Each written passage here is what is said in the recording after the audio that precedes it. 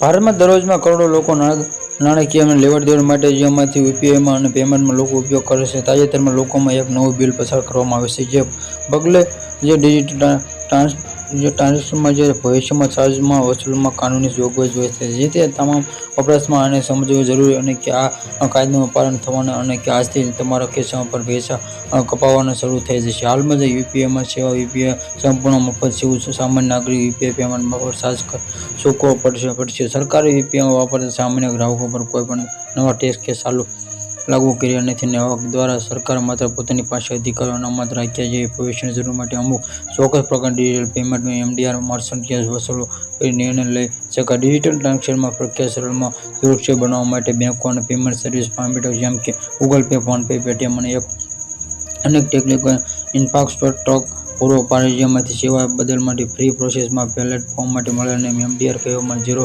એમડીઆરમાં નીતિ. અત્યાર સુધી યુપીઆઈમાં જે અને રૂપે ડેબિટ કાર્ડ કે ઝીરો એમડીઆર લાગતો હતા. વેપારીઓ પાસે પણ જોઈ પ્રોસેસિંગમાં ફ્રી લેવાતી નહોતી અને તેના કાયદામાં ફેરફાર બાદ સરકાર હવે પરિસ્થિતિ અનુસાર આ નીતિની સમીક્ષા કરી શકશે. આ નિર્ણય પાછળનું મુખ્ય કારણ છે કે દેશના ડિજિટલ જે ટ્રાન્ઝેક્શનનું પ્રમાણ કલ્પના બહાર આવી રહ્યું છે જેને વપરાશતા વધે.